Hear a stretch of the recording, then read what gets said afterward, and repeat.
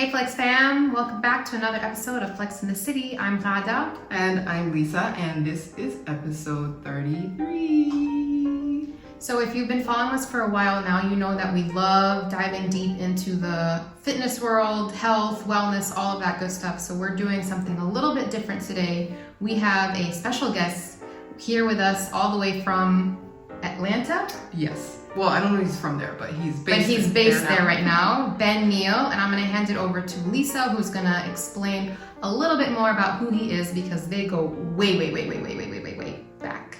Wow. You didn't have to say it like that. It's not that far back, all right? Go back to high school days. It's not that far back.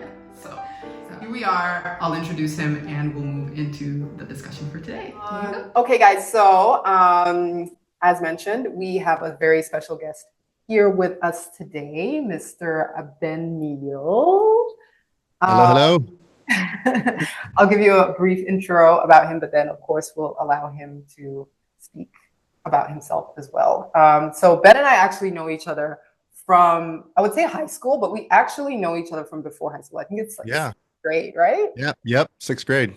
Grade, back in Kenya, back in boarding school days. We're not going to talk about what we looked like back then or what high school was like very, very much in detail. But it was good times.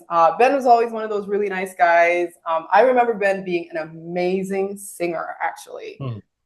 Incredible voice. We were both in the choir, but he had an exceptional voice. Opera even. Like, really, like, just very talented. So even though he's here to speak to us about fitness and his experience as a coach, just know his talents span across far and wide. So a little bit about Ben and why we reached out to him to be a guest on our show, which he graciously agreed to do. So Ben is a highly sought after performance coach, and he helps people take care and control of their health through personalized nutrition and exercise. And so he's got clients ranging from 16 to 68-year-olds, including high-performance CEOs, stay-at-home parents, elite athletes, and everyday individuals as well. What we do like about Ben is that he has a no-fluff, high-impact approach to coaching, and he wants to ensure that that is as sustainable as it is effective. And so that's a big part of also what we try to consistently speak to, which is sustainability and not environmental, but that's important, right? Sustainable health, sustainable habits, things that you can continue for the rest of your life. So not just quick fixes. And so in terms of that philosophy, you know, Ben's approach is really, really quite poignant to what we talk about as well. At the core of his philosophy is that nutrition is the foundation of health. It has the greatest impact on how one feels, performs, and lives, and it's often the most overlooked facts. And this is why Ben and his clients and every client that he works with starts by dialing in their nutrition and unlocking the energy, clarity, and strength that they didn't even know they were missing. So that's also something that speaks a lot to what we talk about holistic health. So yes, you can train 7 days a week, you can be killing it in the gym, but really what are you putting into your body to try and ensure that everything is aligned? Ben believes everyone deserves to experience what it truly feels like to be healthy. Yes. Not just physically, but mentally and emotionally, which we also harp on all the time. His coaching is built around the individual. So lifestyle, preferences, goals. There's no guesswork, no cookie cutter plans, just real proven systems that work. Having said that, I think you can very, very plainly see why we thought it would be a great value add to have his expertise, his experience, and his philosophy as part of our show today, and also something to share with you guys. So with that said, I will hand over to Ben to speak on any further information about himself, his experience, etc., that he wishes to, and he is not allowed to talk about high school. Thank you. No, I really thought you guys were gonna share some anecdotes from high school. That's not. I have one I can share. Oh boy. I have to. It might come out in editing. Do you remember what we used to call you in high school? Possibly. I don't know if there were multiple nicknames. The hesitation. One. There was BLT. Do you remember? Yes, that's the one, the only one that I knew existed. Can we elaborate on this BLT story? Can I tell the story briefly? Please. Part of the intro as well. Yes, Because you know what? exactly. From how this video is presented, you guys are not gonna understand the full effect of Ben's, physique and hard work. So I will mention that in high school, as you do, you have nicknames for everyone. Ben's nickname by the girls How embarrassing. was BLT, and it stood for Ben's Luscious Tush. Oh, It's true. I guess. Listen, Ben. Okay, Ben Neill. It was there, and then you used to wear those like slacks, like proper pants, not like Not the big baggy stuff. Yeah. he was, Like he was doctors. but he was dressing like a grown man, he had like proper pants on, and so like the fit was there, and it was boom diddying, and we noticed, and with immense respect to your wife, I do say that it was something that we spoke about briefly back then, and Okay. Wow. I'll stop the story there. But I had no idea that was going to come out in public. Now the world knows. I think I probably dressed more grown up then than I do now, Oh yeah, because I feel like I still dress like a, In my dress sweats like a all the kid. time now. So. That's right. Yeah.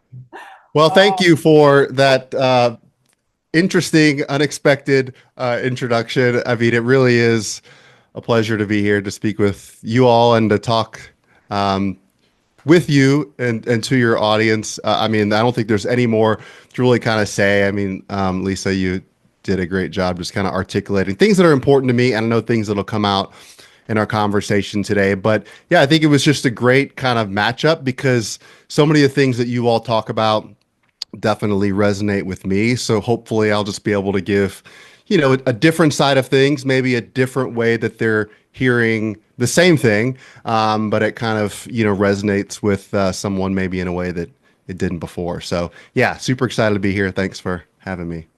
Good. We're excited as Yes, well. we're excited as well. So I think we can just jump in. Why don't you tell us, Ben, just kind of like how you got into this space? Like what inspired you to get Yeah. into this industry? So I'll try to keep it somewhat concise, but obviously there's a lot of detail. So 10 years ago, I was really unhealthy. I was about 75 pounds overweight. And, one day just a light bulb went off. I can't tell you it wasn't anything dramatic. It wasn't really anything specific. It was just something inside of me that said, hey, something has got to change. And so over the course of, I would say, definitely the next few years, I experimented with a lot of different diets, would jump from one thing to the next, some very restrictive, some less so. Exercise plans, just trying to figure out, what would work, trying to find the hacks, right? Trying to find the shortcuts. And I was willing to do the work, but still kind of wanted the results as quickly as possible. So just kind of moved that forward, through all of those experiences and trial and error. I learned what worked, what didn't work. And I would say what resonated with me most, what I really enjoyed was just learning about food and learning about nutrition and learning about the way that it impacts our health and our well-being. Again, obviously physically, but mentally. And the more that I learned, the easier it was to see how, unfortunately, their knowledge about nutrition is at an elementary level for most people. And so you're looking at something that has the greatest determining factor in how they feel, and they just don't know what it means to eat well. And so just from there, a real kind of passion ignited in the hope and opportunity to have an impact, a positive impact on someone's life through education and through their nutrition. And so, I would say just, not to sound overly emotional about it, but it did start to feel kind of like a calling, and And so it just kind of organically grew into this coaching business, which I'm thankful to be able to do and to really, have an impact with people at various stages, but impact their life through improving their health. So again, there's a lot of little stories and some we may touch on, but that just kind of, I guess, the why I got into doing what I'm doing In a nutshell. No, I in think a big nutshell, but yes. yeah, I think that's such a great aspect to look at it from, because there's a lot of people who might be doing something and they've not actually like walked the walk. They've not been through the path that they're then trying to help navigate you through. So I think that it's so great that you've had this experience where you did struggle and you're like, I did try all of this crazy stuff and found out what works and what's the craziest thing that you've tried actually? Yeah. So, I know I can. So most of you have probably heard of the ketogenic diet, keto. So I could talk a long time about that, but suffice to say, I did it very strictly for about 5 years. So strictly meaning my carbohydrate intake was in the single digits most days. For 5 years. And that came from a green supplement that I was taking just to make sure I was getting some of those micronutrients. So correct. So the ketogenic diet, just to give people a brief overview of what it is, it is very low to no carbohydrates, and all of your calories comes from protein and fat. So through the magic of science, you're able to tell your body to use fat as its primary energy source versus glucose, which comes from breaking down of protein and carbohydrates. But the thing that was, I don't want to say, I don't want to use the word crazy. I think not sustainable because of the level of restriction. But the piece that made it even more, I guess, kind of specific and, crazy to use that word is that I was taking my ketone level through a finger prick through my blood using a ketone monitor. So think about it like people that have diabetes have a glucose monitor and they prick themselves to, look at their glucose levels. They have a similar device that measures your level of ketones in your blood to make sure that you are at the level that you want to be. So again, when people talk about the ketogenic diet specifically, or similar diets, I always just kind of give them a warning of, again, if it's very restrictive, probably not going to be something that you can sustain long term. So yeah, nothing maybe super exciting or super exploratory, but definitely something that I think for most people is kind of hard to wrap their head around. Yeah, no, I mean, the extremeness with keto, at least from what you've said and from what I've known about it, is that, yeah, it's exactly, our needs and our energy requirements are so different from what, I guess, the origins of what the keto diet are. So I think it's very much like a caveman diet, and it's a different lifestyle, it's a different way of living.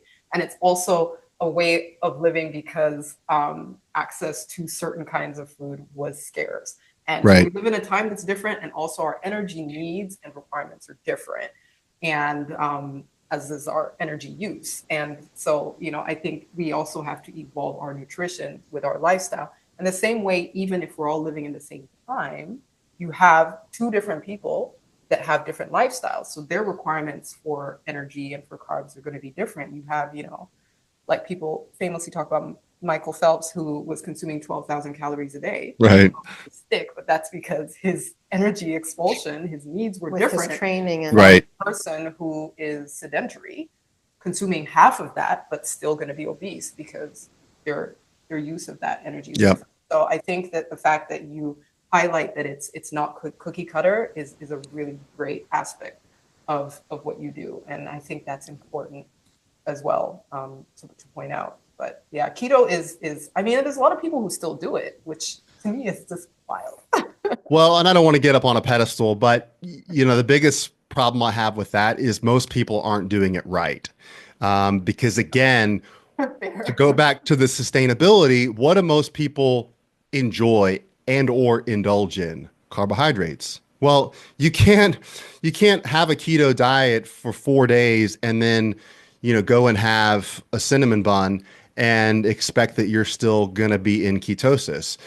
You have to be. The hardest thing about that diet is that you really can't stray, because if you were in, and I don't want to get too scientific, but if you were truly in a state of ketosis, which you should be if you're following a ketogenic diet, if you ingest, that many carbohydrates, it might take you 2 or 3 days to get back. Well, you can quickly see with this cycle, you're not really reaping the benefits of a diet that you are working so hard to restrict yourself to adhere to. So it's just, yeah. Probably just even like hurting yourself Yeah, more that's- than that's what- actually You're just- benefiting from it. You're just restricting yourself. Yeah. And the potential that you're not getting a fully nutritious diet of those micronutrients that mostly come from carbohydrates, right? So there's just, yes, there are a lot of ways to do it wrong. And I think if you don't really know what you're doing, you could, again, I'm not a doctor, I should say this, I'm not a scientist, I'm not trying to practice to be one on the internet, but I think you would you'd be very careful to make sure that those micronutrients are in the proper level, through regular blood work. But and understanding your body and how it responds to things and its needs is Yep. something that we stress as well. You mentioned micronutrients. I know that we hear a lot about macros and like, oh, I'm tracking my macros and this is what I need. So what's the difference between macronutrients and micronutrients? sure, yeah. So macronutrients are going to be Myself. Yeah, 'cause proteins. I've Yeah, heard because I you track say- macros and then Yeah. people are like, what are micronutrients? And I'm like, Yeah, so your macronutrients are going to fall into either one of three categories: your proteins, your carbohydrates, and your fats. And not to delve off to another topic, but they're all important. No one of those macronutrients makes you fatter than others. Carbohydrates don't make you fat. However, what happens in most diets, they restrict carbohydrates. That's something we might talk about later. Micronutrients are going to be your vitamins. So vitamin A, what breaks down in smaller things. Again, typically thinking about like your vitamins, but calcium, zinc, vitamin A, B, C. Those are things that, of course, are important. That's what's making up the macronutrients of what you're eating. So, yeah. So just think about it. It's more of at a granular level than the macronutrients of those three categories. that's probably one of the best descriptions I've heard of it, because I've always been cloudy as to what it is, and I've asked, and yeah, it's never been so succinctly. Yeah. Well, and again, that's where it comes down to, a calorie is not a calorie, right? Like 1 gram of protein. I mean, so there's just, what makes up that calorie? What makes up that macronutrient? What's the quality of it? And that's where you get into the micronutrients to determine that. I was wondering if you touched earlier on when you first were starting out on your journey, you mentioned you were looking for the quick fixes, right? And so in today's society, we're always seeing like what's advertised in terms of, get a 6-pack within 6 months or lose X amount of 30-day kilos shred within, challenge. yeah. So I'm just wondering, like, where do you think that people started falling into this trap of instant gratification? And why is it that we're so susceptible to that? So to give people a little grace and to make them hopefully feel a little bit better about themselves if they feel like they fall into that trap, because frankly, I think all of us on some level do. I honestly think it stems from the beginning. I mean, if you think about it, one analogy I always bring up is you've got the hunter-gatherer, and he sees some deer go ahead of him and go around this mountain. Well, he sees I could go over the mountain or I could go around the mountain. Well, going around the mountain is going to be a lot easier than going over it. Well, why would you go over it then? It doesn't make any sense. You're going to go the path of least resistance. I mean, that makes logical sense. And I really think that's ultimately where it stems from. So I think when we recognize that, we say, okay, well, then we're going to have to kind of fight against what is the norm for reasons that, will soon understand if we haven't already. So to make it, more relevant to today, I'm sure everyone listening to this lives in an environment where almost everything is at our fingertips. Instant gratification through endless choice of entertainment, through our streaming services, food delivery at a moment's notice, groceries, just everything is available to us now. And so it's hard to separate that from our expectations around our health and our fitness. But statistically, and I think I'm thankful for this, the quicker something is accomplished with regards to whether it's weight loss, I would say, as it's most relatable here, talking about weight loss, the more assured you can be that it's not going to be long term.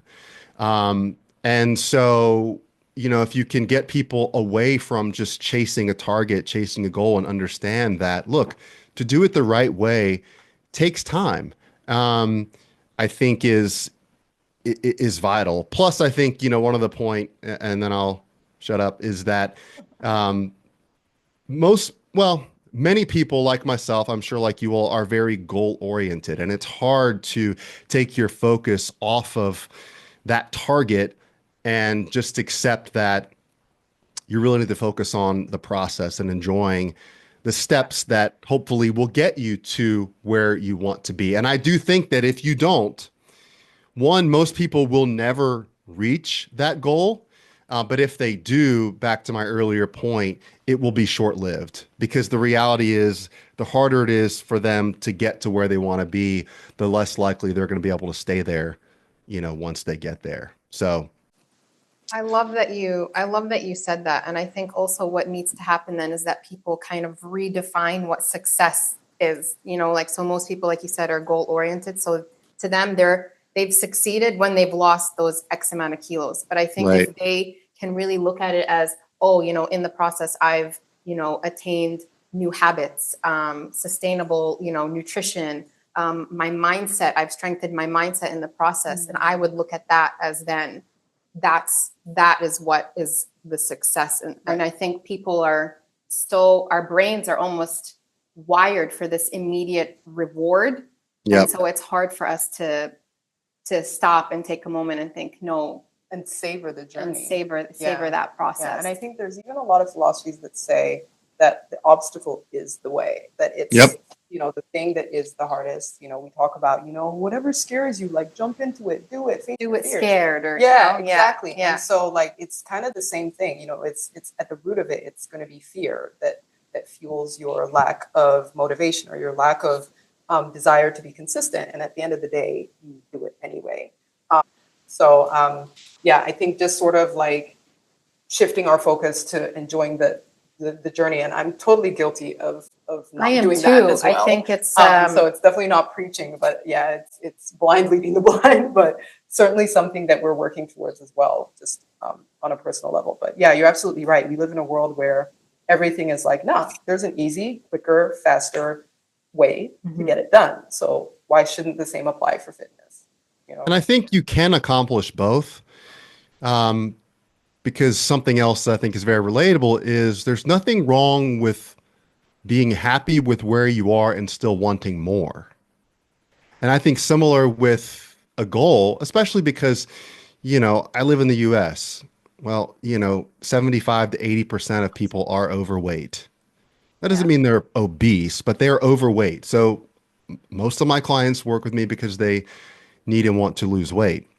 So again, I don't expect people to not have some sort of goal in mind, but you can have that goal, but also understand the importance of each daily step that you are doing to be able to achieve that goal and be able to sustain once you get there. So again, it doesn't have to be an either or, but I think refocusing, and the more you can understand that the process, yes, really is what you should fall in love with. And if you can, something else I talk about too is, again, all with the idea of it being sustainable, you have to enjoy it. Can you make it a part of your lifestyle?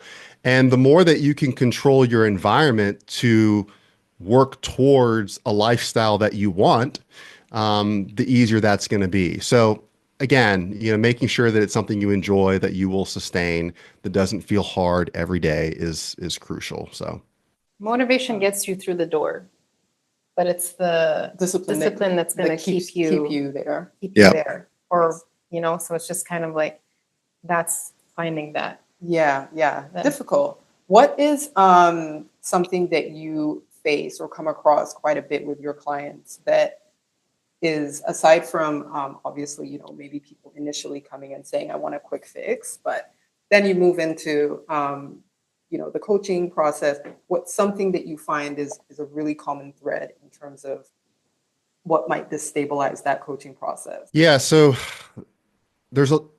I would say there's a lot of things, but yet they are somewhat consistent and they do repeat fairly often.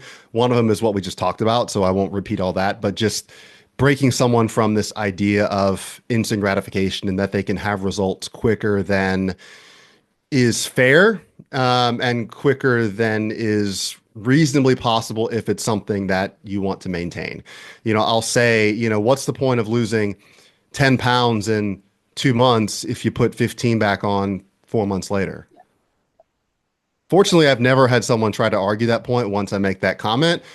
I could see how someone would argue and saying, well, I only care about losing these 10 pounds for bathing suit season. Once that's over. Already, Yeah. formulating the argument. I was like, well. Yes. But this goes back to my desire. And I don't say I'll only work with someone if this is the case, but my desire and the people that I would say enjoy working with and hope to work with more consistently are people that have a deep why, that care about improving their health, for whatever reason that may be. Like, that is the core of why they're wanting to make a change. I don't think there's anything wrong with caring about the way you look, as I'm sure you all know better than me and can come from a more experienced and educated place. Feeling good about the way we look obviously is vital to our mental health. Now, again, being happy with the way you look is a whole nother very complicated topic. But again, I don't think there's anything wrong with caring about your aesthetics. But to get back to the question, kind of challenges, again, aside from the instant gratification and just the timing and being fair with expectations, I think would be that people just assume that it's going to be so hard. That making a change is going to be uncomfortable, no pain, no gain. Just this, it's not really applicable to say this hustle mentality, but it's just this, that it's going to be a grind, that it's going to be restrictive. And I think so much of that comes back to something we sort of already talked about, and that's so prevalent in the industry.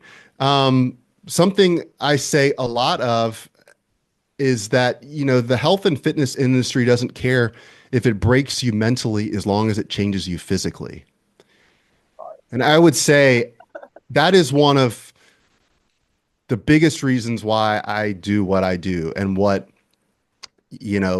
gets me out of bed to a full day of coaching, even when maybe I feel run down, is that, man, there's just so many misconceptions that people have. And to do it the right way, whether it's with me, or it's not to say that I'm the only person that does it well, it can't be too hard. It can't be too uncomfortable too often. Because again, if this is something that you're going to sustain, who's going to go to CrossFit class every day when the workout's going to be 200 burpees for time? Like, Holy crap. I mean, yeah, Lisa might do it for longer than I might, but at some point, burpee day. I used to see the workout be like, it was burpee day. No.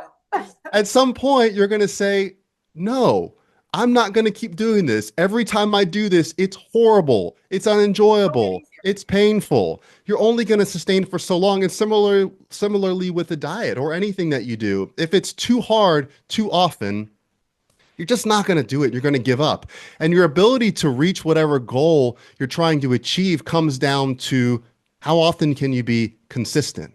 And you can only be as consistent as long as what you're doing is sustainable. Mm-hmm. So, so instant gratification, being fearful that it's going to be harder than it should be because of just misconceptions and misinformation. I think those are I think those are the two biggest things. I mean, you could tie in just fear of change, right? I mean, Yeah. people are afraid to change. But that could be a whole nother conversation. So Yeah, I would say that those are the main ones. I mean, even when we started this podcast, I was in the depths and in the midst of my 6 months of I don't want to do anything. And it was literally that point that you made, which is the fear that it's going to be harder than it is. Because yeah, especially coming from having been fit Yep. and And then reliving post-kid how and- hard those workouts were. And I was like, oh, but I was younger back then too, and it was still hard. And I was fitter back then, and it was still hard. And now I'm like on the other side of two Yeah. kids. Like it's going to be way too hard. It's never going to happen. And I'm going to work hard, and nothing's going to change. Like I foresaw it being so much more than it really would have been, or it really was. And it was enough for me to say I don't even want to start because I don't think I can finish. Yeah. But it took It took you a moment. really long time.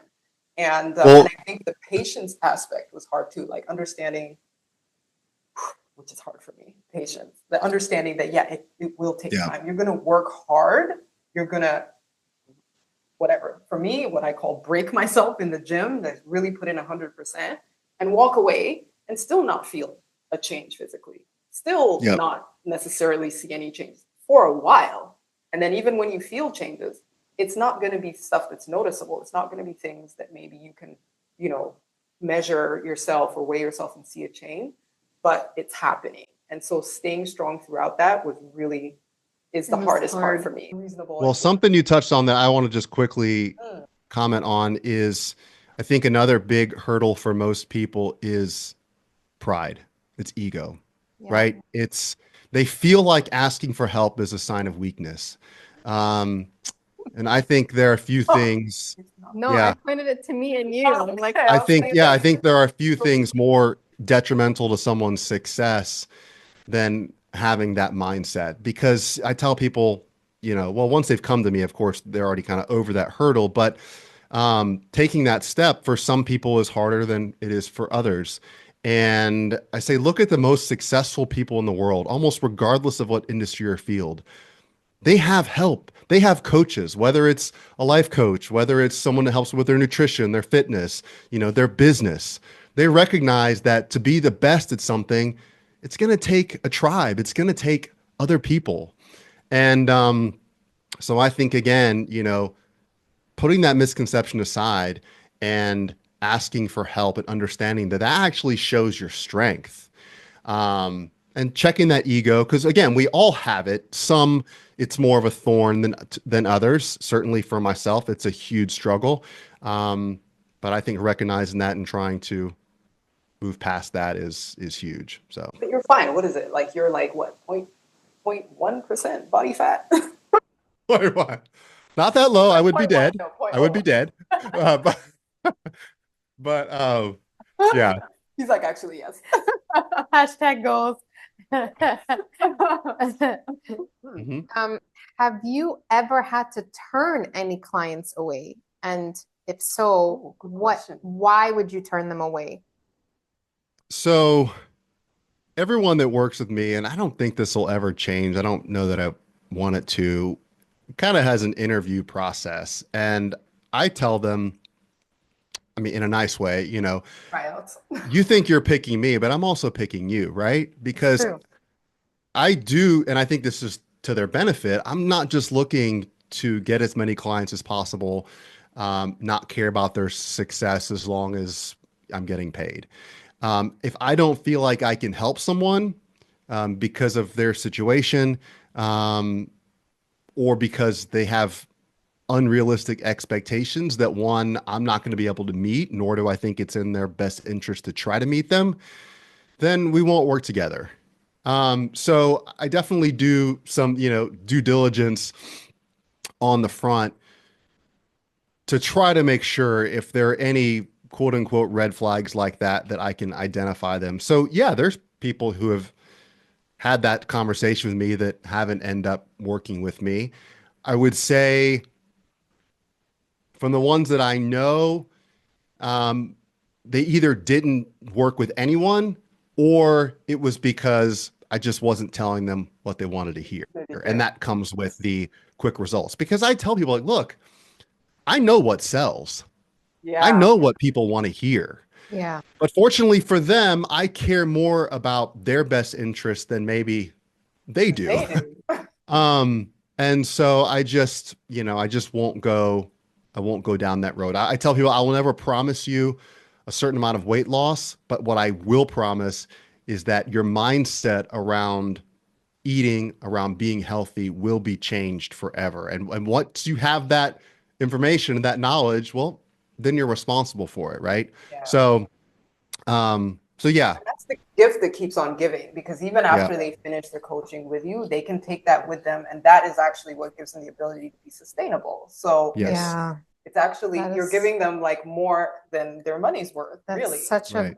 that's such a beautiful thing. And I really feel like, I mean, I'm a mindset coach. So I think, and I originally studied to be a holistic health coach, but I think what I understood was, okay, we can put in all of the right foods in our body and we can move the right way. But if we're still constantly battling ourselves, and that's always going to be a struggle for us. Like, until you get Absolutely. your mind right, I feel like it's always going to be something that it's always going to be an uphill battle, 100%.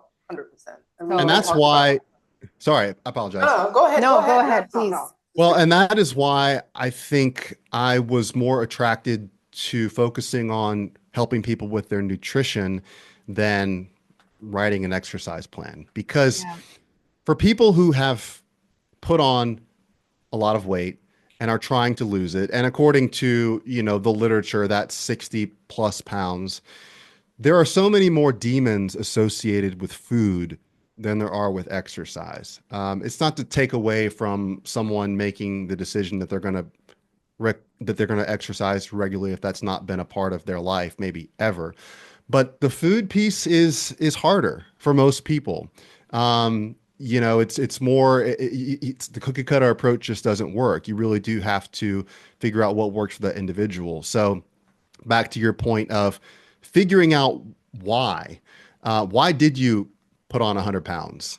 If you don't get to the core of what caused that, then just because you lose it, it may not fix everything. And so that's why some of my clients who have had a real challenge also are, in therapy to try to get to that core again, to heal the mental aspect of it. Because yes, I agree, it's hugely important. Yeah, I think simultaneously, when you're working on your nutrition, you're working on what's happening up here, and especially maybe, I don't know if there's a difference between men and women, but I can say as women, like, we are emotional eaters, and, stress, we carry stress also differently. So, and when we're stressed out, we might resort to eating a lot more for whatever reason. And even your body metabolizes differently when when you're stressed out. Hormones will make you actually want to eat certain things, but it also will process things differently. So when you work on that relationship with food, you're working on that up here as well, and that's Absolutely. that's so important. And I think that's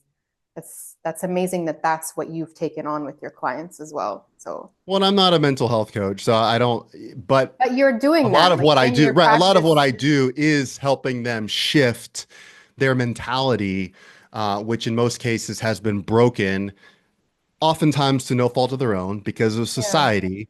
And so again, yes, that is an important piece that I try to work in, when I can at an appropriate, level that I think I'm qualified for. Yeah. And I think we even talked about this in a previous episode where we said the fitness industry is moving probably towards, when we talked about AI having a hand in it, and we talked about the future of health. Yeah, that you're probably going to have a fitness trainer or coach, some AI robot that's going to also have a psychology degree, because the two are so inexplicably, I can't talk. Even last week I couldn't talk. Inexplicably linked. You really can't have one without the other. You really Right. can. And so this correlation between mind and body and treating the two in tandem, I think, is such a great step that we're moving towards. I think that we're moving towards that even you have fitness experts and coaches saying, yeah, you know what, I think it's great that you're in therapy. I think it's great that you're dealing with the things that cause you to be unhealthy in the first place, so that even if your body is healthier, you're holistically healthy at the end of this journey. Hmm. And yeah, I think that's it's so nice. I love it. I love it. One of the things that I think we touched on earlier when we asked you about sustainability was, you mentioned doing something that is not going to be basically so hard that it's impossible for you to wake up every day and stick to. And so is there an approach or a ratio that, in your opinion, kind of seems to make a bit more sense with regards to sustainability? Is it 50-50? Is it a, all or nothing approach, like just cut everything out and try and just firm it? Or is it like, what do you think, in your opinion, is a sustainable, reasonable approach when it comes to that? Yeah, so I'll quickly answer your question and then I'll expand if it makes sense. So my goal for every client, and I think every individual, would be an 80-20 principle. And what that means is 80% of the time, I think we should eat real, whole, nutritious foods that are, if at all, very minimally processed. And then the other 20% is for everything else. Because the reality is, again, for it to be sustainable, it has to work within your life. And to go back to, earlier conversation we had, most diets are restrictive. And there's only so much discipline that we have. It's funny, I heard this articulated a few years back, but it's kind of stuck with me. And that is that, again, discipline is a finite resource. And if you have a very difficult job and you have a busy household and you're required to use 90% of your discipline over here for that stuff, well, that only gives you 10% left for your nutrition, for your exercise. You don't have, 100% here and 100% there. And so for it to be sustainable, it can't be, all that difficult and all that hard. So making sure that you're being inclusive. Maybe one of the things that you really enjoy is ice cream. Well, if you also attribute that as something that you shouldn't eat, well, then what's going to happen? Like, okay, this week I had a slight craving for ice cream. Nope, I can't eat that. It's not good for me. And the second week goes by, same thing. Nope, can't eat that. Well, then a month goes by. Grows. Exactly. And in a moment of weakness, because you have restricted yourself for so long and you've convinced yourself that craving is wrong and you've denied it, now instead of having, a scoop each week, you go and, probably not a woman, but I'll say a man, as a generalization, goes and eats, half a gallon of ice cream. So you have to allow yourself those indulgences. Obviously, you can't flip it around, and 80% of the time is things that are not nutritious, and 20% are.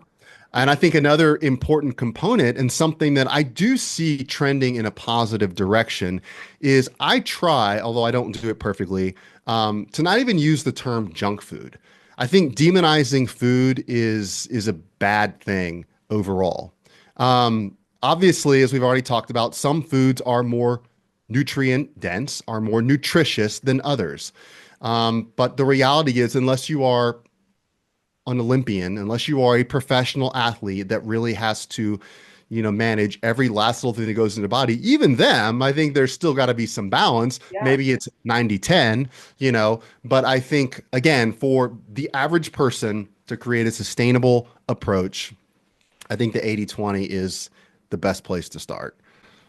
Yeah, I think that sounds totally reasonable because, even from experience, the full restriction, it's just not sustainable. And then the moments when you do break, you're so hard on yourself because you're like, oh my God, I had this streak of like perfection and then I broke. And when you break because of the restriction, it's a big break. It's not like oops, slipped and fell, but caught myself a little bit. And so, I think just having a realistic sort of pattern to it makes so much more sense. I was gonna say, because that guilt is, accompanied with like guilt and stress, and stress causes those spikes of cortisol in your body. So like every time you eat something that technically, like if you kept that label of junk food on there and every time you eat it, you're going to feel guilty. And then that in itself like the cortisol is gonna like causes inflammation. You're gonna feel like you're gaining weight every time you eat something, and then you'll be more depressed about it. More depressed about it for an emotional. So it's just like, if you like what you're talking about with your 80-20, like if you just approach it like, I'm gonna enjoy this ice cream, or I'm gonna enjoy this cupcake, you know, and not feel guilty about it. Like you definitely have a different approach to it, and I think your body receives that differently as well. I really like that. Like, calling it junk food, because that's we have. That's like an aha moment. Yeah, really. I'm gonna start doing that. That is like a thing. I'm gonna start also doing that, because food has been demonized, and like we all generally live in a world where our relationship with food a moment on the lips, forever on the hip, a lifetime on the hips. Like, it's just like, that's something that's ingrained in my head forever. So like they say, it's the bad thing. Like, hips is not bad. That's also well, and a couple of things that I think I kind of tie into that philosophy is, well, let me actually go back real quick, because something you said that I didn't want to forget to mention. I heard this articulated recently, so I'm not going to take credit for the analogy, but they said that, think about a bucket of water that's full. Well, our progress comes in drops of water, but our regression comes in buckets. So to their point, you know, Lisa, it's unfortunately so easy to undo the hard work that we've put in. Mindset. It goes back to, again, you're hearing this recurring theme, but it comes back to, well, that's because the way that you're doing it isn't sustainable. If it's sustainable, then you're not going to have the likelihood of binging. You're not going to have the likelihood of burnout. So it allows you to be more consistent. And so, you know, consistency doesn't mean perfection. It doesn't mean never missing a workout. It means don't put yourself in a situation where your diet's been so restrictive, your workout routine has been so hard that you get to a moment where you're like, enough. And then you overeat for a week and then undo the 2 months of work that you'd previously done. So yeah, I think that's hugely important. And, you know, something else you said, which is that stress is huge, and it comes back to managing that stress, because life is stressful. Okay. There are certain stresses that you're probably not going to be able to control. And so how can we minimize stress by, again, creating a sustainable plan for you as it relates to what you eat and how you exercise? So yeah, it's all intertwined. It's all connected for sure. You know, one of the things that I try to instill in my clients as early as possible is being mindful of everything they eat. Yeah. So I say, train yourself to ask the following question. You know, with what I'm about to eat or drink, is this putting me one step closer to my goal? But what surprises them is that the answer doesn't always have to be yes. But in forcing yourself to ask that question, you're at least being mindful of what it is you're about to do. Yeah. And I use the example of, we go back to the ice cream analogy and the craving, and, you know, going out with your kids on a Friday night to the local ice cream shop and having a scoop or two of ice cream is different than not giving in to that craving or that treat, if you will, for a month, and then again in a moment of weakness, it's 11 o'clock at night, and you know, under the darkness, you're eating, you know, what you know, late at night too. Why is that? Yeah, I don't know. Late at night, but you know, because that's something that I'm not saying that you should beat yourself up about if it happens, you know, but still, like, that is a moment of weakness that you could have avoided had you allowed yourself something before it got, you know, to that level. Right. So, and yeah, that mindfulness is a really great thing, because it also allows you to practice sort of listening to yourself and just having that moment of like calm before you go ahead and make a decision. And I think that's something great to practice even across the board, just sort of saying, okay, well, is this the reaction or the step that's going to take me closer to the objective, the goal, whatever it is I want to accomplish? And I think that's a great tool to apply even across the board. I think it also allows you to practice a little bit of self-compassion. Like, if you need it, you need it. If you want it in that moment, then like just listen to what your body's telling you. If you are tired and you don't want to work out for a week, like your body's sending you signals, hey, just take it easy. You know what I mean? So just giving yourself a little bit of grace and not attaching that guilt to it. I think the more you listen to your body, the more coherent or the more discerning you get in understanding what your body is telling you. Yeah. So the more that you're Yes. aware of, you know what, this is how I feel when I'm doing something good for my body. This is what my body tells me. And the more you listen to it, the more you realize, all right, you know what, today me not going to the gym isn't It's actually, okay. it's not me being lazy. It's just me needing a rest. And it allows you to be discerning enough to know the difference between that day and a day when you're like, just don't feel like going. Yeah. And being like, Exactly. today I'm just being lazy. Let me get my ass up. Yeah. And so, yeah, I think it's always a graceful thing to do, to be able to listen to your body. Because We don't want to just survive either. We want to thrive. And I thrive. think that's what comes with us listening to our bodies. And I'm sure you, Ben, have also told your clients, like on a day that you just don't feel like, I mean, I'm assuming you give them like a workout plan and whatever. So on a day that you really don't feel like lifting those weights or doing that, cardio, like just telling them at least show up to the Right. mat, even if you just sit on the mat and you stretch, do something something. just to show up and just to kind of get your body into that habit, into that routine of, so I think it's just tweaking it on those moments where you're just not feeling it, like being able to. I think it's great to have someone that kind of tells you that, because I can definitely say for myself, having a history of not being gracious to self, that even on the days where I'll say I'm not going to go, what's going to happen is it's going to be 2-3 days of me not going and instead beating myself up and being like, you see, weren't consistent. You're a lazy bum. You should have done this and which is just counterproductive to me being able to wake up the next day and say, all right, I missed yesterday. That's fine. I'm rested now. Let me go and get back to it. And so having someone, I think the importance of the coach is not always just someone to be there and, to push you, but to also understand how to allow you to speak to yourself correctly, to get you motivated and consistent. So, yeah, I think having perspective, I mean, yes, first off, everything we talked about as far as showing yourself grace, I think is hugely important. And, you could touch on that, which just could branch to a much bigger conversation, but just being honest with yourself, right? Like looking yourself in the mirror and being honest. Okay, do I really think that I don't want to work out today because my body's just telling me it needs rest? Or am I it's just just, or it's just a moment where, I lack that motivation that I'm still hoping is always going to be there. Only you really know that. And I think the more you can learn to discern between, the other thing that people, I think sometimes, fall into one of two camps. They either classify everything as a reason, or they classify everything as an excuse. And it's like, they are two separate things. Some are in your control and others are not. But again, it goes back to like being honest with yourself, like, showing yourself some grace. But then the comment I made about having perspective, like, look at the big picture. So you missed one meal. So you blew one day. So you blew a week. Big deal.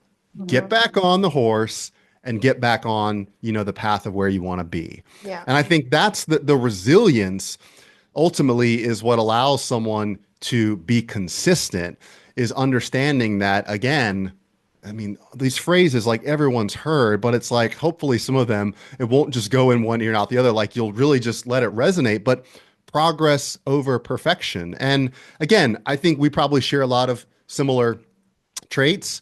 The three of us, obviously for people that are type A, that are highly driven, competitive, some of these things are very difficult, very hard to overcome.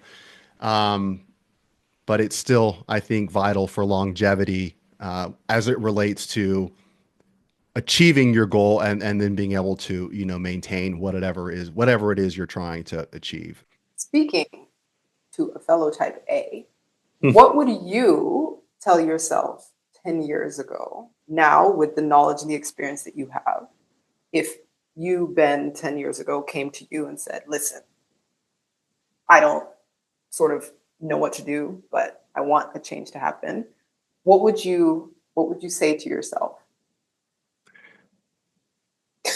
You know, as I say this, I'm already recognizing that I haven't achieved it now. But that would be to try to That's the type find, A. yeah, I mean, to try to find a sense of balance. And what do I mean as that relates to this conversation? So it's not all or nothing.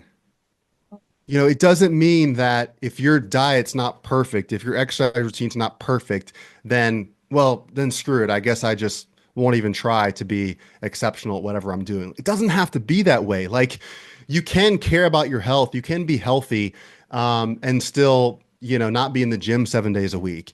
You can still be healthy and care about what you're eating and your health and not, you know, track every last little thing that goes into your body.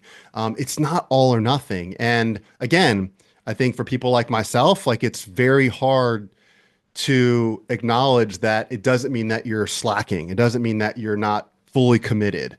Um, and so I think I would say, again, as early as possible, like recognize that it's a struggle, but recognize that it does exist. And I think the ability to find it comes from, again, finding a plan, a lifestyle that is sustainable because it's what you enjoy. So I tell people, like, you know, how many people do we know that decide, oh, I got to lose weight. I guess I'm going to start running. And they hate running. Yeah. Well, I mean, I see and you running all the time too, and I'm just like, you know what? I think we can talk about that later. It's like, But oh, I I just did think, a little I think, marathon this morning on the weekend. I think, you know, one, I love to tell people like, okay, if you don't enjoy it, stop doing it because it's not even the best way to lose fat. But again, it kind of goes back to how long are you going to keep I love doing it? that. It's not even the best way Yeah. to lose fat. Yeah. Yeah. Yeah, Thank we you. can, if you Everybody want to like who save that listens to our little podcast topic is about, welcome to run. yeah, I mean, yeah. So just steady state cardio is good for one thing, and that's building aerobic endurance. And I guess you could say two things. It is healthy from a cardiovascular standpoint, but long So it is state, steady brisk, cardio, low impact, steady state. It doesn't have yeah, to, like you can be walking on an incline. walking, And be burning the same amount of calories. Just takes and- longer. And get your heart rate up as high as. yeah. If there is a hack, if there is a holy grail to fat loss, truly, it's walking. I'm a walker. I do my Thank speed you. walking. What is your goal per day? You do the 10,000 steps? No, it stressed me out so much when I didn't get to the 10,000. So now it's just like, I just want to make sure that I walk at least. So it was not sustainable. Yeah. So just like walk at least maybe half an hour a day or just Yeah. do something where I'm moving around, you know? Yeah. Well, no, I mean, I'm a man. I can't focus anyway. So before I totally forget my train of thought, but I do think, sorry, I do think the walking in the steady state could be a little like micro conversation, but find what you enjoy doing as it relates to contributing to your health. So is it a sport? Is it, you know, again, you don't like running. Well, hey, do you like playing tennis? Hey, that's very active. You know, do you like Boxing. similarly? Yeah. I mean, Zumba, whatever it Pilates. is, like try things and find things that you enjoy that allow you to be active on a regular basis. Because for everyone, it's not, you know, CrossFit. For everyone, it's not, you know, running. And you have to figure out what you enjoy because again, otherwise you're not going to sustain it. So I think I would really, you know, that coupled with this, I tell people at an early age, of course, typically you have greater control over this than as you get older and things just maybe get more complex. Maybe you know, you have a partner, you have kids, and, you know, moving quickly can be more difficult, not impossible, but it can just be more challenging. If you can put yourself in an environment that allows you to just naturally be more active. Well, I don't think I have to tell you all, but, you know, the United States, for the most part, is not conducive to just walking. Unless you are in a very fortunate small percentage of places.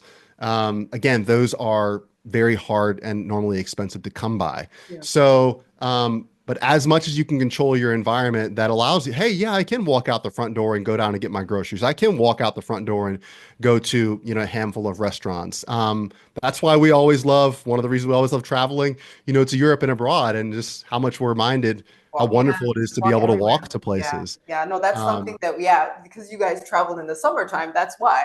We have these beautiful cities that are great for walking, but they're cold like 8 months of the year. Yes, yes. On the plan. But yeah, no, I mean, Europeans walk regardless. That's one thing that you notice, especially Germans. It will be snowing out and people will be on their bikes and they'll be walking. Yeah. They'll be walking the dog. They'll be walking for fun. Without hesitation. Which is still crazy to me. Yeah. Like it'll be literally snowing and like -10 and you'll see people like on a Sunday, like, yeah, we're just going for a walk. So yeah, it's definitely something that I think is great when, like you said, you work it into your lifestyle and then it just becomes something that you do. And it changes your identity, right? And the more you can change your identity as someone who isn't healthy to someone who is healthy, the more you're likely to maintain that, forever. So, there's so many, again, misconceptions, but assumptions that I think one of the biggest ones is age, right? Well, the older we get, it's just natural that I'm going to feel more run down, that things are going to ache, that I'm going to have. Well, but we can't be fit when we're older either. But yes, like there's like that's a which misconception. I think is a major misconception. Yeah. And I'll be honest, just full transparency, it would be easier for me to, I guess, fairly articulate the difference if I had been in the shape that I'm in now 20 years ago. Yeah. Right? I wasn't. Now, it wasn't to say that, 20 years ago, I wasn't, 75 pounds overweight. So all I can say, so keeping that, in mind, I do feel better now than I can ever remember. I mean, I don't every year I still feel either as good, if not better. Now, yes, I'm, 43, not 53 or 63, but I know people 10 years younger than me that I hear complain about, oh gosh, I guess now that I hit 30, I should, expect this backache every morning when I get up. And I'm like, what are you talking about? Yeah. So again, I think so many of those factors are in our control. And they do come down to what we put into our bodies. They do come down to how often do we exercise. So again, I think they're surprised at almost how immediately people will feel better a lot quicker than maybe they will see the, visible signs of their change. But as we know, the sooner someone can experience those improvements, that does kind of reinvigorate, right? And it does naturally kind of keep you motivated. So I think everyone is surprised that, not to change the subject, but that it's easier than they thought it would be, that it's not as hard, that it's not, that it's not life altering. They don't have to totally just flip their life upside down, to suddenly care about, their health.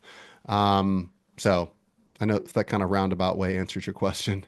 Yeah, no, absolutely. Yeah, it does. And I think it's amazing to me to hear someone, in your 40s say that I feel better than I ever have in my life. Because one thing that we always tend to do is reminisce on what we were. Say, oh, I wish I could go back to how I was in my 20s. I wish I could. And what I found myself when I was CrossFitting a lot and I was quite fit, I always kept saying, man, I wish I found CrossFit when I was 17 or 18. Yeah, you do see because that. I would have it would have been a whole different ball game. Right. But instead of just sort of celebrating where I am now, I think that's a really good point you make, that you can actually still have your fittest, happiest, healthiest moments still in front of you. It's not always retrospective and being like, oh, I wish I was like this, or, it's downhill, I'm over the hump. There's people who are badasses in their 50s and 60s. Also, these grandmas, I don't know why it keeps coming up on my algorithm, but I keep seeing these 60, 62-year-old older women who are lifting crazy and ripped. And I'm like, okay, I get it. I think, and I love that for us also, because I feel like we're in a time where we can say, we've always heard, age gracefully or whatever, but now we're actually seeing it, and women, I'm talking from a women's perspective now. Because men always age gracefully. Yeah, we've already been told that once we hit a certain age, once we hit perimenopause or menopause or whatever, that's it. It's over the hill and we're done with. But I think now also you're seeing women in their 50s and their 60s, and even men, you can be strong, if not stronger, as you age. And I think it's just also changing how we perceive the concept of aging. We're not getting old and we're frail, and we can do something about that. We can do something about that right now to keep us strong and fit once we get to that age. you know, Also, and I think like, it's just how you approach it, how you perceive it. exactly, because there's calendar age versus metabolic age. Metabolic, yeah. And you know, Right. so like how you treat your body as you're growing older can determine how old you are inside. Like in my head, I'm still 25. Yeah, But I'm still 25 until I try to dance, Yeah. and then I you're try to like, drop oh it down, shit, you're and 40, you're 41. I get stuck. Stop it, I stop can't go back up. Yeah, the body reminds me I'm not 25. But yeah, like, but there's a lot about how we live our lives that Yeah. makes us much younger than we were. If you look Yeah. at like our parents' generation or our grandparents' generation when they were our age, they do look significantly older Well, look at because the Golden Girls. we are Golden Girls We are age Golden right now. Girls Do you realize? right now, and they That's did crazy. like that's Yeah. not what we. That's I don't scary. like. That's scary. We're Blanche Devereaux age. Yeah. Yeah, we are. Definitely. Oh man. Man. Yeah, so we're doing all right, I think. I think we're okay. I think we're doing all We're right. okay. Actually, this is a bit of a wild card.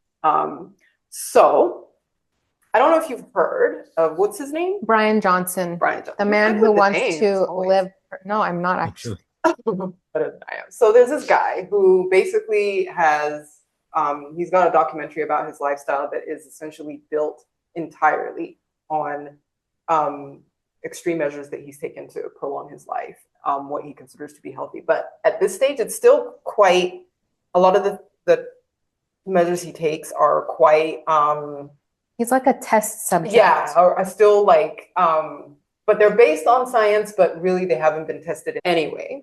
What he does is, you know, he has his sunlight, his infrared treatment, his workouts, obviously. He only eats like a really, really, really strict regimented diet.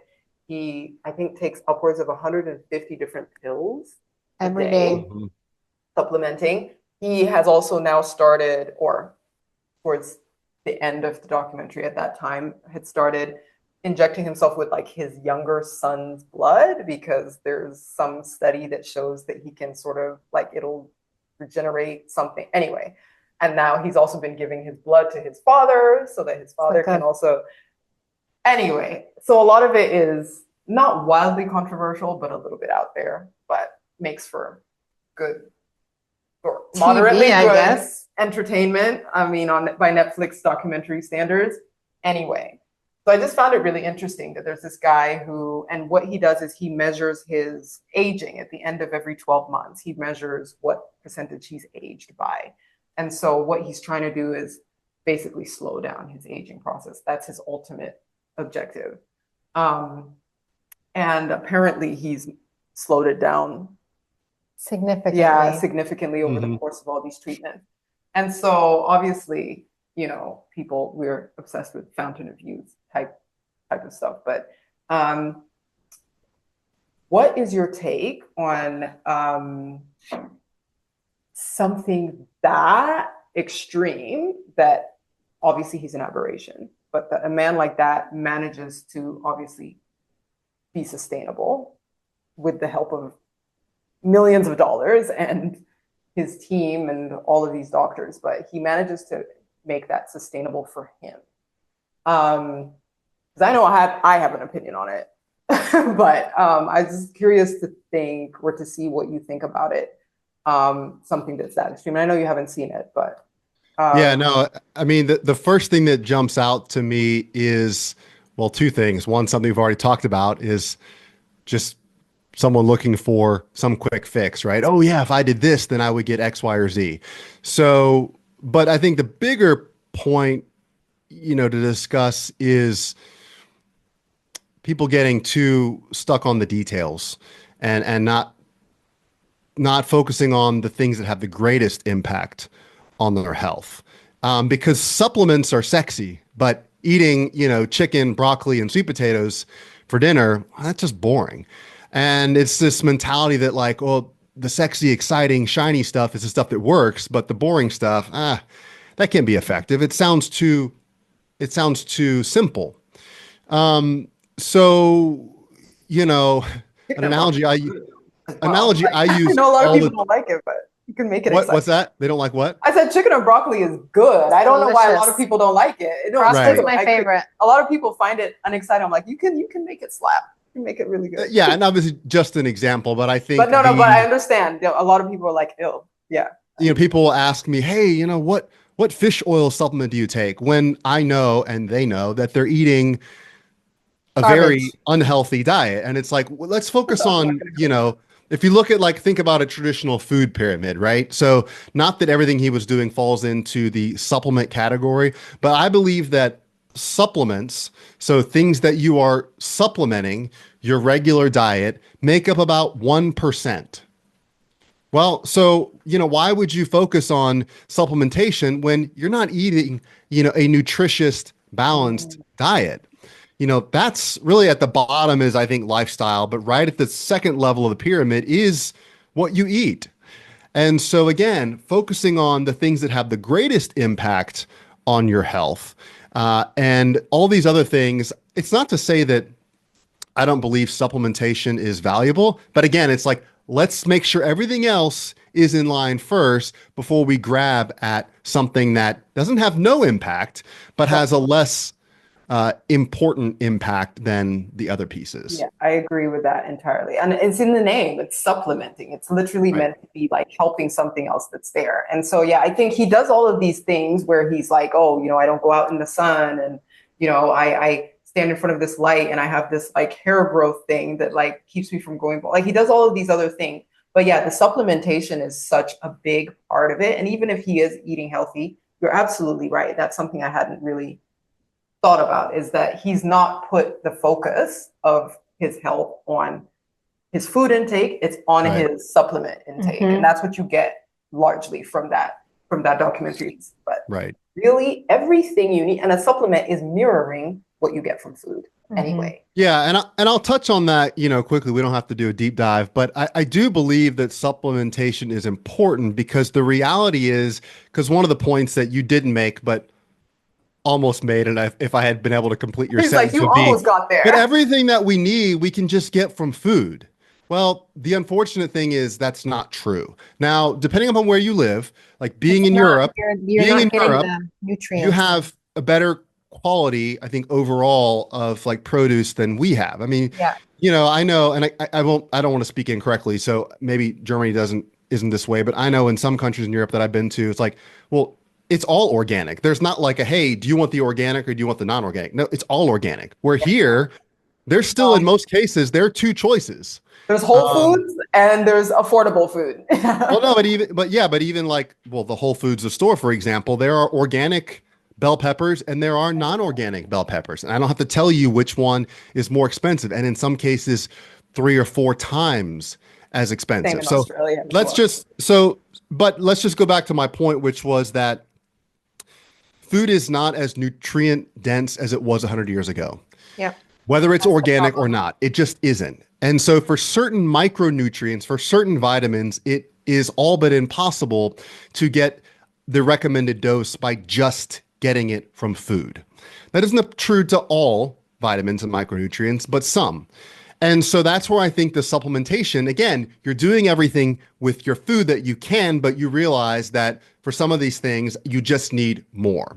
And that's why, like, if someone asked me, if you could only take one supplement, what would it be? That's a good question. I would probably say a high quality greens supplement, because so many of the things in those green supplements, the level of micronutrients that they provide is just all but impossible for someone to consistently get in their diet.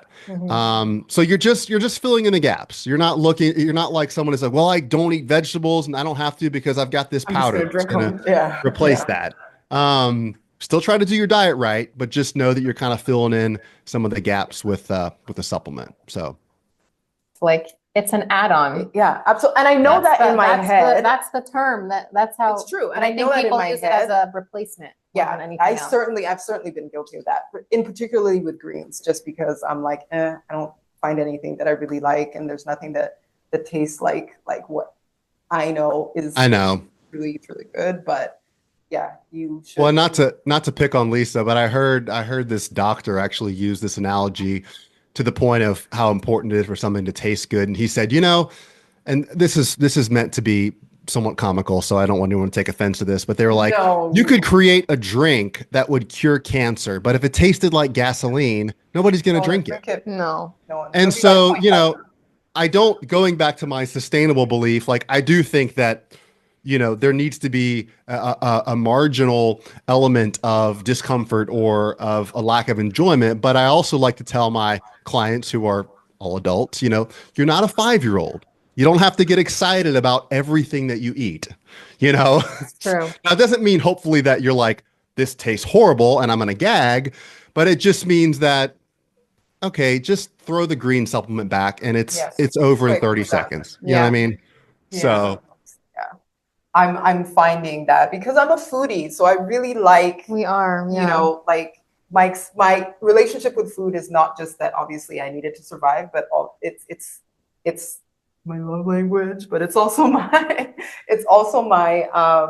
it's an experience for Yeah. me. So I really love great tasting food, and I like sort of the whole process of it and like having different flavors. So But that's where you should be able to take any greens and I can, spice it up. but that's why I need the greens that I can't get here. Yeah. I don't want them to taste. what about, I mean, you're in Germany. You have Amazon. Can't they ship stuff? I know it's not like everything that's in the US gets Would shipped be internationally, but surprised. Our Customs Amazon would- looks Okay. different from see, y'all's I'm Amazon. ignorant. Yeah, it's Y'all really can get restricted. anything from anywhere at any time. Yeah. Like for us, it's, I don't know, it's just a bit It's- different. Yeah, It's a little more Well, even though I didn't grow up, in the States, so I moved to Africa when I was 9. So from all my formative years were, in Kenya and Tanzania.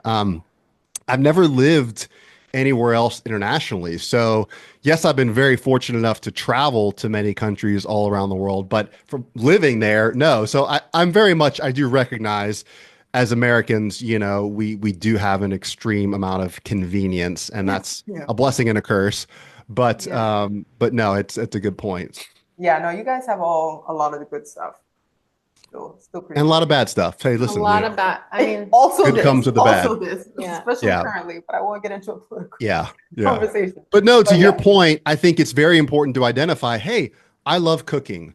That's my love language. That's something that I enjoy with my husband, my family. Like I can't stop doing that because, I've got to now eat, chicken, broccoli, and sweet potatoes 6 nights a week. No, Right. that's not, regardless of what your goal is, for the most part, like we can get you there by eating almost anything. Now, again, if we know that 80-20 is the goal, well, okay, maybe you're not eating pasta, God forbid, like 7 nights a week, right?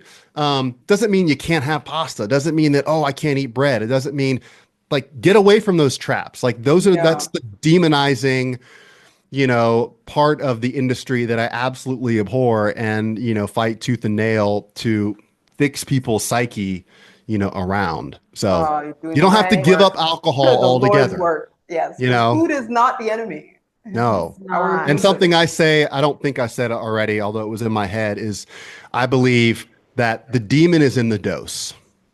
ooh, A couple glasses of wine Oh, good. at dinner is one thing. 2 bottles every night with half a bottle of bourbon, that's a very different. Damn. that's something else. But no, my That's a point is drinking that problem. yeah, you got to think about an occasional Coca-Cola, big deal. Well, 4 a day, well, that's probably Yeah. not good. So Right. it's just Everything don't in moderation. demonize. Exactly. Yeah, I think that's important. But again, be honest, with yourself about it. Like, don't use it as a justification. But yes, you can't just give up everything that you enjoy and think that I agree. that's the I new think path. that's And I think that's going to be really, really valuable to our listeners. So that's been amazing. Is there anything that we haven't mentioned, asked, or touched on that you would want to say at this point, or drop? So yeah, I mean, I think a message that I've found right now just so relevant, and I know you all saw it because I shared it, and that is one of just stop being afraid to start. Again, I don't want to get too emotional or I was gonna say that made me emotional You can already. get because emotional. I That, wasn't- Yeah. that we've hit been there. that hit home. but I out guess there. I don't also want to. I think it's too important of a message to sugarcoat, and that is, we all know. I'm sure everyone that listens to this knows someone or multiple people who, have left us too soon. And there will always be randomness to disease. So it's not my intent for someone to hear what I'm saying as, well, they could have changed the outcome. That's not fair. And I don't feel that way. However, more and more research is coming to light that we do have more control over the outcome than less. So we have the ability to control our longevity and certainly the quality of our life more than the randomness to it. And so if you know that you're in a place where something needs to change from a health standpoint, don't be arrogant enough to think that you have time, because you might, but no one knows exactly what that timeline is going to look like. And, I think so many times we think that we're going to get some sort of warning, some sort of heads up. And oftentimes our bodies and our health will give us that, but not every time. I mean, how many times have we known someone who had their first heart attack and that was it? Not everyone gets those warning signs that maybe something's not right. Yeah. And so, it's your health. Should be the most important thing, I think, in your life. And so many times it's just kind of a second thought, if that. So yeah, I would just say, don't take it for granted. When you have it, it's great. When you don't, there's nothing kind of that you want more.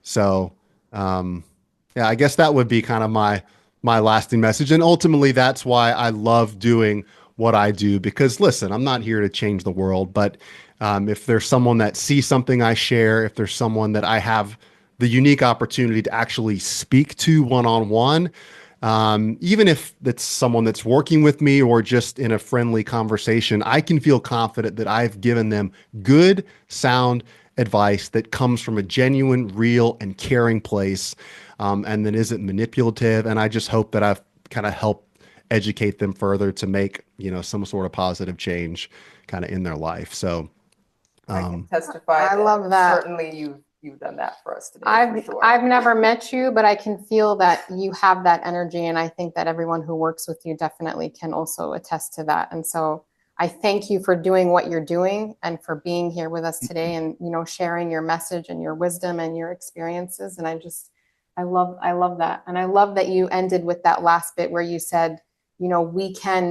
we are in control, like we can control. And so to be proactive rather than reactive, just to kind of really pull on that longevity and sustainable health and all of that. So that was beautiful. Thank you all. Yeah, no, it was a pleasure. And if anyone, wants to find me, I'm on Instagram. That's probably where you could see most. We'll share your info Okay, cool. in the description. Awesome. Yeah, so we'll be in the description, We got you. but we'll also put it on the screen. Awesome. Yeah. So, Yeah. I apologize if there's any crazy people that start to tell you, but it will. No. All Again, out of love. All out of love. Goodness. Like I said, I genuinely love just any opportunity to talk to anyone, whether it's an Instagram message or someone that reaches out, again, like not from a sales angle, but, genuinely, I mean, everyone that I work with is virtual, and that's the great thing about, this day and age. And, but yeah, anyone that just have a question. I mean, I genuinely love talking about this stuff and answering questions and enlightening people, when I can. So yeah, anyone just feel free to contact me anytime about anything. So. Well, you guys Thank heard it, you. so feel free. And thank you. We'll certainly be reaching out at some point again as well. I think this is a really great opportunity. And if you're open to it at some point, we will maybe schedule this again. Yeah, round 2. So yeah, I think it's nice. It's a nice little series. Thank you so much. My it was pleasure. nice to also connect with you again after I won't say how many years. I know. Since high school. Let's not do the math. Ben left the country on graduation day. Yeah, He was by like, myself. I'm done. I'm out. Hasn't been back since. And then started college, probably like most people, like, not too many weeks later. So Yeah, we didn't do gap year at our school. No. We're like, Yeah. no, we're already just on to the next. So yeah, felt that. But so it's been really amazing to be able to connect with you again and to see you grow from strength to strength, as well as through your social media and the stuff that you post. So really inspiring, even for me as someone who's passionate about this stuff, to see someone doing it in a way that resonates so well. Oh yeah, no, I appreciate, reaching out, and I'm glad that we were able to kind of, reconnect. And I love the message that you guys share. And so let's definitely stay in touch and stay connected. And yeah, anytime I can help with anything similar, like I said, I think hopefully you can see I am very passionate about it, and it's fun. So just think of me. So Thank you. All right. Oh, we'll let you go and let all right. you get on, Thank you with your guys. day the day that you started very early to be able to sort of meet us on our time difference. So again, appreciate that. And, Absolutely. I'll let you guys go. I know you got more to do too, and I'm gonna get out for a run before it starts to rain. So I know. I know you're jealous. Like, it's about to rain here, and I'm like, no. I'm like, I don't even want to go pick up my baby right now from daycare. I have to go take the train home. I know, But it's not fun. That's why I could never live in a place where it rains a lot, because as much as I like to believe I'm the sort of person who's like, don't let things you can't control affect you. Well, we're all human, right? And so the weather definitely affects me. And so anyway, all right. I'll let you guys go. Thank you. Thanks a lot. Have a good day. All right. Bye. Talk soon. Bye-bye. Thank you again to Ben for being with us today and for sharing all of your experience and your wisdom and your knowledge. I think it definitely, a lot of it resonated with us, and I think we even had our own aha moments today as well. I think if for anyone that's listening to this today as well, if this really resonated with you, follow, share, like, comment. We love to hear what really struck you the most. And Ben said feel free to reach out to him too if you have questions that come out of the discussion today, or any interest in some of the things that he touched on. He's open for you to reach out to him as well. So his contacts have also been shared, and we'll share them again here. So until next time. bye.